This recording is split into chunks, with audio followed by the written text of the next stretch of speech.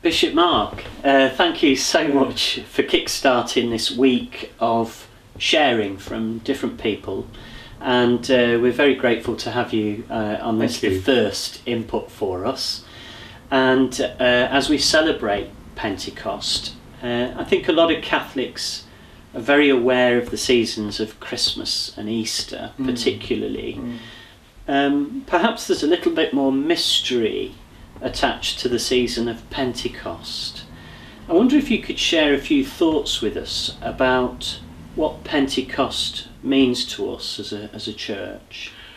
Well, it's a wonderful feast, the birthday of the church, really, because of course it's the moment in which the Holy Spirit came upon those earliest followers of Jesus. And I suppose before this moment, the moment of Pentecost and the gift of the Spirit of Jesus, you might talk about the followers of Jesus, but it wasn't really a movement, or it wasn't really a gathering that had any recognizable impact upon others.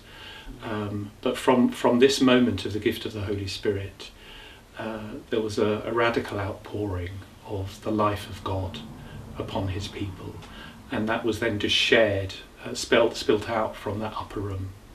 We know, of course, that it's recorded in the book of Acts. It's the presence of the Holy Spirit on those first apostles, also with Our Lady, of course, in the heart of the church. It was described in mysterious ways, a rush of wind, tongues of flame. But it's most especially through the impact on the apostles that you see the change and the action of the Holy Spirit, because what it forced them to do was out onto the streets, to run out, to profess Jesus as Lord to the people of Jerusalem, who were gathered for a Jewish festival, also called Pentecost, Festival of Weeks, 50 days after the Passover. And so Pentecost is celebrated 50 days after the resurrection of Jesus. And it's a vital celebration in the life of the church, because without Pentecost there really would be no church and there would be no communication of the faith. Thank you. So we have a very solid historical moment in the life of our church, as you say, the birthday of our church.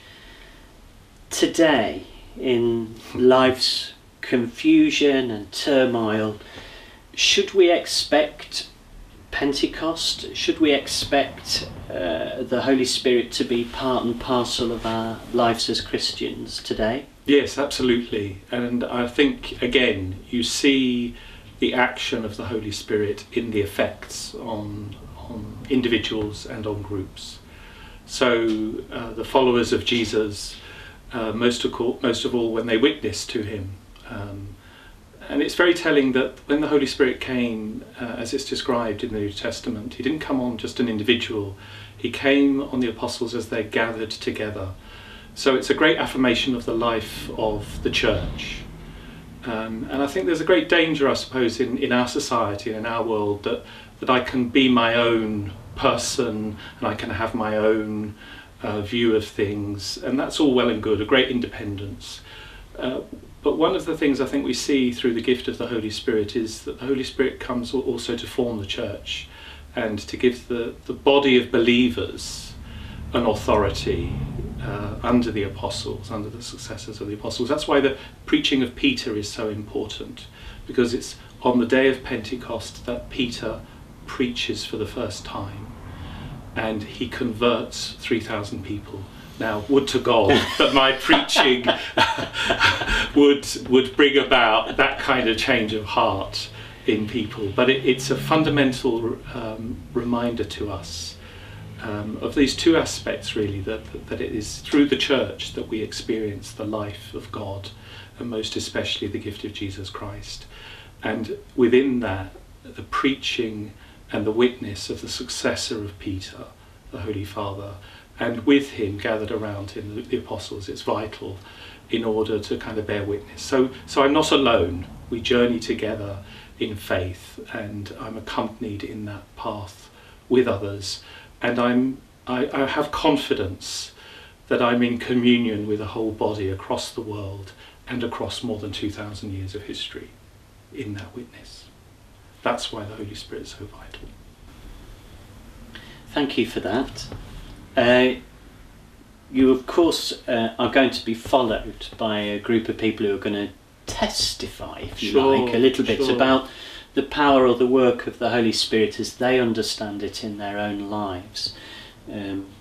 You are in the season of confirming many of our young people, and so I naturally am very curious to ask you as our bishop about perhaps a more personal question, and this is always a little bit more difficult, I think, for all of us, but to ask you both as a man and as a bishop about the work, about your own experience of the Holy Spirit. Particularly interested on behalf of all of those who will come to you and experience you laying hands on them. How your experience of the Holy Spirit influences your daily life and ministry. Well, strangely enough, David, this is an area of reflection which is very precious to me, and I'm very happy to share it with you. My own confirmation day was hugely significant. I mean, I was probably much younger than many, I was about 10 and a half. But I recall very, very strongly going to the bishop and kneeling before him. And, as you know, you're anointed by the bishop. And I had this overwhelming sense of, it was almost like I was being branded, this sense of something touching me at a very, very deep level.